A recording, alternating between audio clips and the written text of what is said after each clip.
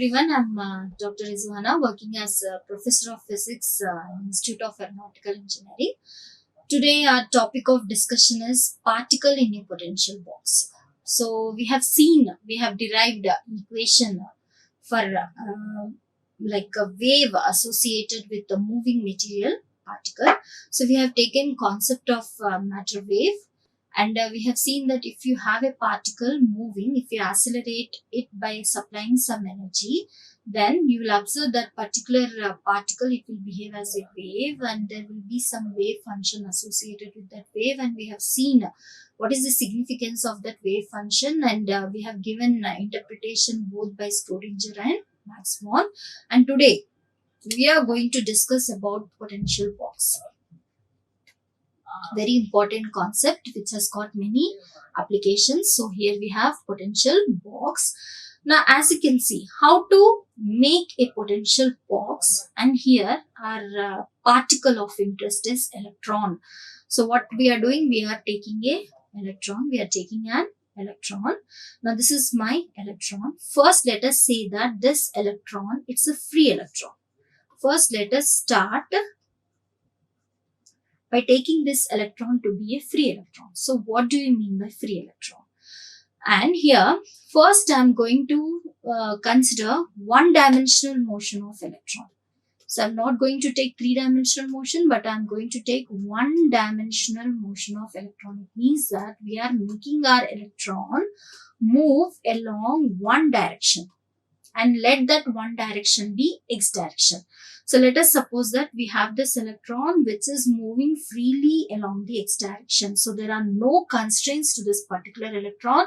It can move anywhere along the x direction. Now this free electron which is moving along the x direction, now it is from free electron, it is made into a bound electron. So we are making this electron bound electron. So what do you mean by bound electron? Now I am building constraints to this particular electron. I am stopping its motion. So for that, what I am doing along this x direction, I have taken two regions. I have selected two regions. This is our x direction. So here I have selected two regions. One region I am calling it as x is equal to 0. Then another region onto the right side, I am calling it as x is equal to L. Then what we have done at these two regions along the x direction, I have applied infinite potential. So what we have done, we have applied infinite potential at these two regions, and those two regions, they are naming it as x is equal to 0 and x is equal to L. It means that distance between those two regions is L units. Okay, so what is the use of applying infinite potential at these two regions for this electron?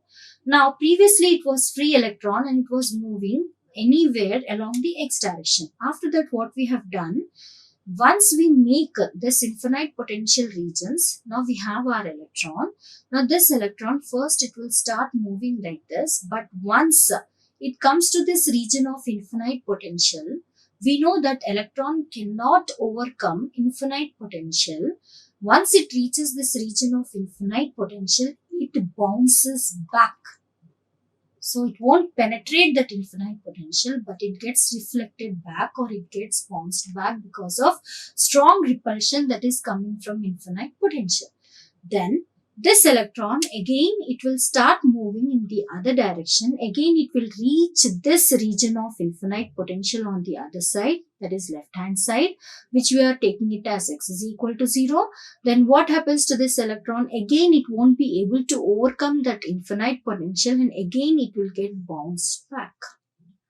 Again, it gets reflected back from this region of infinite potential.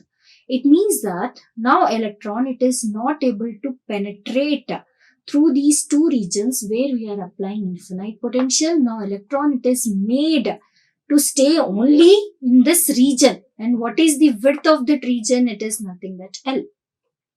So when we are making such electrons stay in certain region by constructing boundaries or by constructing walls by applying infinite potential, that particular case it is called as potential box. So we have created a box for electron, and that box walls or the walls of that particular box, how we are making by applying infinite potential in those regions. So we are making this electron stay in that box.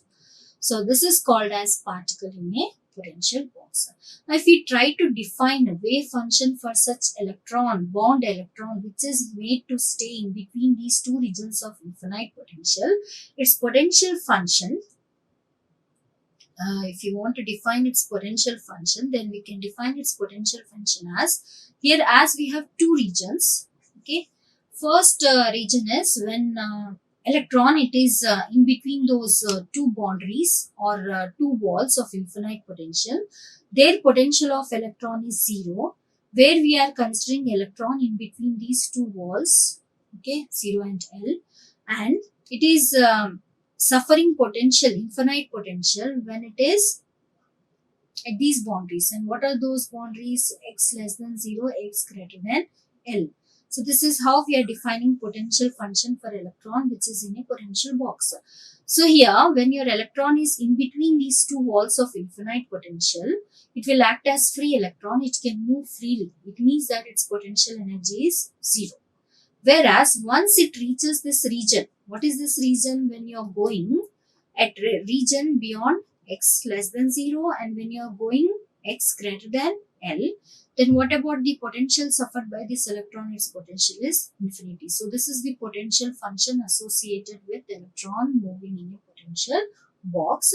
And here generally we are saying that because our electron, it is not able to overcome this wall or boundary of infinite potential, we can say that here whenever it comes to this region of infinite potential, as though it is colliding with this wall of infinite potential, and we'll say that this collision is perfectly elastic. This electron is not going to lose any energy when it goes and strikes such walls. Okay, so these are perfectly elastic, and here this infinite potential region, these are rigid walls which this electron is not able to penetrate. Now using this condition, first what we'll do, we'll try to get wave equation, modified Schrodinger's wave equation, and then in order to understand behavior of electron when you bond electron from free state to bond state in between these two infinite potential regions, we are going to understand what is its wave motion or wave displacement and what is the probability of finding the particle inside the box. So for that, we are going to take help of one-dimensional Schrodinger's wave equation. So we know that what is one-dimensional Schrodinger's wave equation. Here in this case, because our psi, it is dependent only on position coordinate x. It is not dependent on time and it is not dependent on y and z coordinates also, because we are considering one-dimensional motion of electrons. So that's why now our Schrodinger's wave equation, it will become d square, perfect differentiation. We know that if your function, it is dependent only on one variable, then we can make use of perfect differentiation. Otherwise, we have to make use of partial differentiation. So d square psi by dx square plus 2m into e minus v by h cross square psi is equal to 0. And we know m is mass of that electron, e is total energy, and v is potential energy of electron, and of course h cross is h by 2 pi. And we know that when our electron is inside the box, and one more thing, we are calling this potential box as infinitely deep potential well. Why we are calling it as well? We know that if your well is very deep, then once we are into that well, then we cannot come out. Here also, this is just like dropping our electron in a deep well. And unless and until you remove this infinite potential, it cannot come out of that box. It cannot come out of that well. So that's why this is called as infinitely deep potential well, from which there are no chances of electron coming out. So that's why potential box, it is also called as infinitely deep potential well. Now, we know that inside the box, electron is free and its potential is taken it to be 0. So, in this time independent Schrodinger's wave equation, I'll take this potential energy to be 0. Then we end up having our modified Schrodinger's wave equation as d square psi by dx square plus 2me by h cross square psi is equal to 0. And further, I'm going to simplify this differential equation by taking this constant term 2me by h cross square. I'll denote it as k square. And if I substitute this value of k square as 2me by h cross square, which is given by equation 3, then we end up having our second order differential equation as d square psi by dx square plus k square psi is equal to 0. So we know because this is second order differential equation, we can write solution for this equation, and we know that solution for this wave equation associated with matter wave is nothing but our wave function psi. And how we are going to define our wave function psi? Of course, it is dependent on position coordinate x, and it is given as, and because we know that wave functions are periodic wave functions and they are represented using sine, cos or exponential function. Now here I have given expression for wave function as a sine kx plus b cos kx, where a and b are constants, and how we can find constants by applying boundary conditions. So in order to apply boundary conditions, first we have to construct boundaries and then we'll see what are the boundary conditions. And we know what is k here because already we have defined our k square as k square is 2me by h cross square. This comes according to our equation 3. So this is the form of wave function associated with the second order differential equation associated with particle in a potential box. Now, first we'll try to construct boundary conditions. We know that once your electron is in potential box, it cannot penetrate through the walls of the box. It means that suppose I have box like this. This is the x direction. So these are our walls. And we know that once our electron come to this region of infinite potential, it cannot penetrate these walls. So that's why here its wave function will stop. There won't be any displacement of wave. So it means that wave function is becoming 0 at these boundaries. What are the boundaries? X is equal to 0 and x is equal to L are boundaries for this potential box. And because our electron is not able to penetrate these boundaries, so its wave function will become 0 at these boundaries.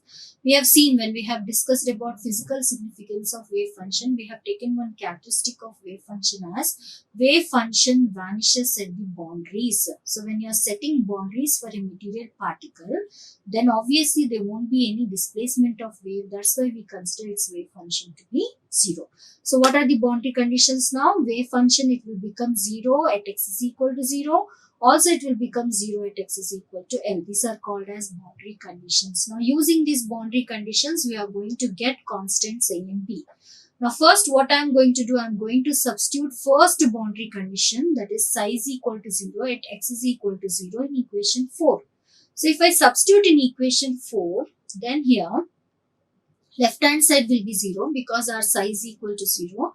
Then coming to right hand side, a sine, if I substitute x to be 0 here, this will become sine 0. Alright, and then coming to other term, b cos 0. We know that cos 0 is 1, sine 0 is 0. So we end up having b to be 0. So when we apply first boundary condition, we got our constant value b as 0. Now I'm going to substitute this value of b in equation 4. Then what happens to our equation 4? Now here at this particular stage, our equation 4, it will get modified as psi of x is equal to a sine kx.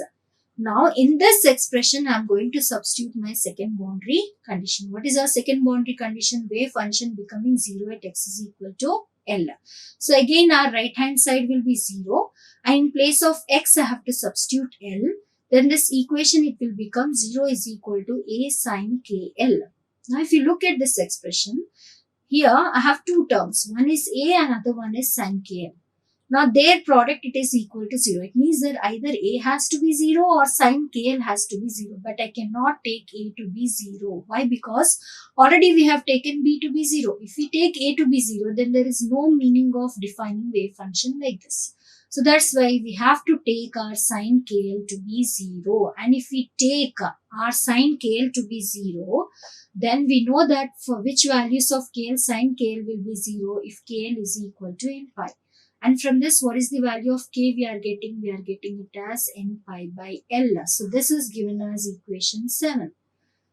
Right? But already Of course, when we substitute this value of k in our previous equation, in this equation, so this particular equation, if I substitute value of k, then we have our wave function as psi is equal to a sine n pi by l x. So this is our wave function. Now, during this derivation, we have defined k value in two ways. First, according to our equation 3, we have defined our k square as 2me by h cross square.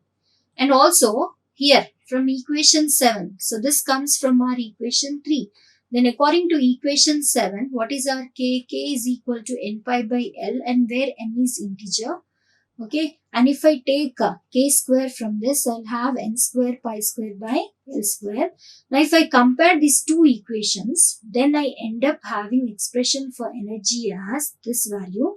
And if we simplify it further, how we can simplify it further? By considering h cross as h by 2 pi.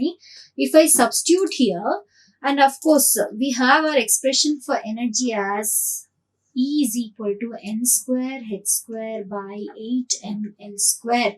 This is the expression for energy associated with a particle enclosed in an infinitely deep potential where or particle in a potential box, one-dimensional potential box. Now this n, it has very high significance. What is our n? N, of course, we have taken it as integer, but actually n represents quantum number. And we know that quantum number represents energy associated with a particle. So n value, it starts from 1, 2, 3. N is equal to 1, ground state. N is equal to 2, first excited state, then second, then third.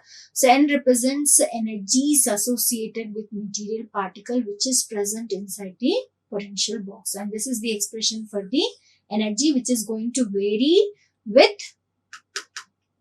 in this n value, quantum number value. Now, further moving, we'll try to get expression for wave function. So already we got expression for wave function as psi of x is equal to a sine n pi by l x. We got this. Still we need to get value of a.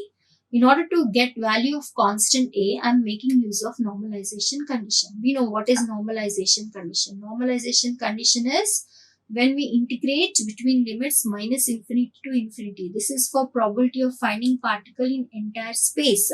So in that case, mod psi square dx, dy and dz value, it should be equal to 1. But here in this case, our space is nothing but potential box, and we have considered one-dimensional potential box. So that's why I'll go for single integration. Here I have dx.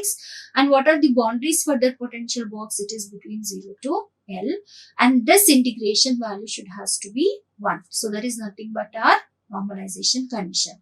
Now if I simplify this integration value, first what I'm going to do, I'm going to substitute value of psi of x, which is a square sine square n pi by l x. And here after that, because directly we cannot integrate sine square x, what I'm doing, this sine square x, I'm writing it as 1 minus cos 2x by 2. And if we integrate it, and I'm taking this a square as well as 2 outside, so it will become a square by 2. And if I integrate 1 with respect to dx, I'll have it as x. And if we integrate cos, it will become sine. So value will be sine 2n pi x by l divided by 2 pi n by l. And we need to substitute this limits value, and we have to equate it to 1. When we do it, we end up having our constant a as square root of 2 by l. So what is the wave function associated with this particle in a potential box? This is our expression. And not only this wave function, it is function of x, it is also function of n. Okay, now we got expression for wave function, and also we got the expression for energy associated with the particle in potential box. Now we are going to see what conclusions we can draw from this expression for energy as well as wave function. Now what you will observe here is, first we'll try to see in terms of wave function. Now we got expression for wave function as psi of x is root of 2 by l sine n pi by l x. Okay, Now you'll see that this wave function, it depends upon two parameters. One is n and one is x. Now what I'm going to do, I'm going to substitute values of n from 1, 2, 3 and so on. And what are the values taken by x? X value, it is between 0 to L. So first I'll take n is equal to 1. So I'm going to take case 1. So if I take case 1, what is my case 1? I'm taking n to be 1. See, I'm not taking n to be 0. If I take n to be 0, then wave function will become 0. So the wave function becoming 0, it means that we are talking about no existence of this particle. It won't be having any energy related to n is equal to 0. So we have to start our n value from 1. If I substitute n is equal to 1, then I end up having my wave function as psi 1 x is equal to root of 2 by L sine pi by L x. So I got value for wave function or wave displacement. And once I get wave function, I can find even probability density for particle whose n value is equal to 1. So this is probability density and this one represents wave displacement. Once I get it, now what I'm going to do, I'm going to substitute different values of x. And x value, it has to be between 0 to L. If I substitute different values of 0 to L in wave displacement as well as probability density, and if I plot taking x on x-axis by taking different values on x-axis, and this x value, it is between 0 to L, and of course what I have done, I have limited my value of n. I have taken each value of n. So here in this case,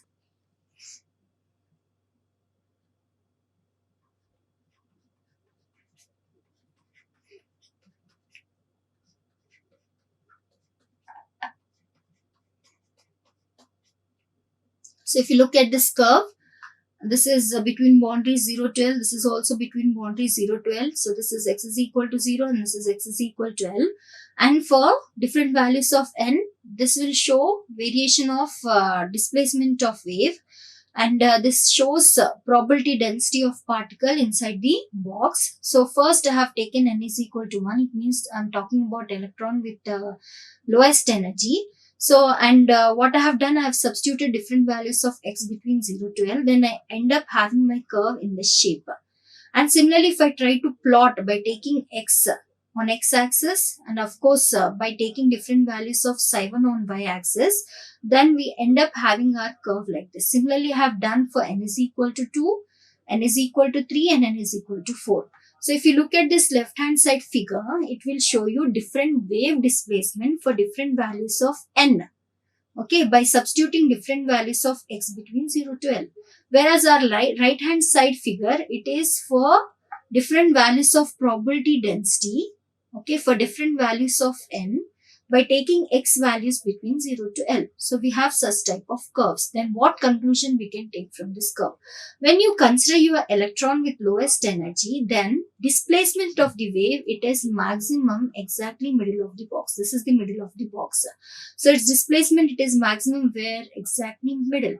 And whereas if you take its probability density, probability of finding the electron whose energy corresponds to n is equal to 1, it is full maximum at the center of the box.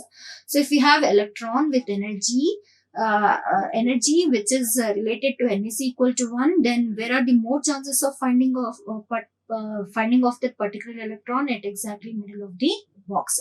But same electron, if its energy is corresponding to n is equal to 2, then what shape of curve we got? Like this. It shows that wave displacement, where it is maximum, this is 1/4 distance from either sides of the box. So 1/4 distance from either sides of the box, and probability of finding the particle is also maximum at 1/4 distance from either sides of the box. But same electron, here in this case, same electron, its energy is corresponding to n is equal to 3. Here, this particular point is L by 6. So, where is the maximum displacement? 1/6 distance from either sides of the box and also middle of the box. And where is the maximum probability of finding the particle? So, 1/6 distance from either sides of the box and also exactly middle of the box. So it means that the way electron is moving inside the box, its wave displacement, also probability of finding the particle or electron inside the potential box, it will be different for different values of n. What do you mean by different values of n? It means that for different values of energies. If you take electron, if it is having lowest energy, then there are more chances of finding the particle at the middle. But same electron, if its energy is corresponding to n is equal to 2, there are no chances of finding particle at the middle of the box. So it shows that behavior of electron, it will be different at different points inside the box based upon the energy. So this is the conclusion about the wave function associated with particle. Now coming to energy. So when you consider energy, now we are talking about this middle box.